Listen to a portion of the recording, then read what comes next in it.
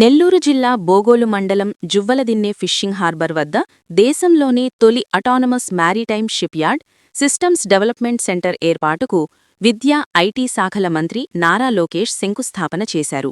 రాష్ట్ర ప్రభుత్వ సహకారంతో Sagar defence engineering private limited సంస్థ autonomous maritime shipyard systems development సెంటర్ను అభివృద్ధి చేయనుంది. ముందుగా జువ్వలదిన్నె ఫిషింగ్ హార్బర్కు చేరుకున్న మంత్రి లోకేష్కు సంస్థ నిర్వాహకులు, ప్రజాప్రతినిధులు, టీడీపీ నాయకులు, ప్రజలు ఘనస్వాగతం పలికారు. అనంతరం సాగర్ డిఫెన్స్ పరిశ్రమకు మంత్రి శంకుస్థాపన చేశారు. ఈ సందర్భంగా ఏర్పాటు చేసిన శిలాఫలకాన్ని ఆవిష్కరించారు. ప్రాంగణంలో ఏర్పాటు చేసిన ఎగ్జిబిషన్ను సందర్శించారు.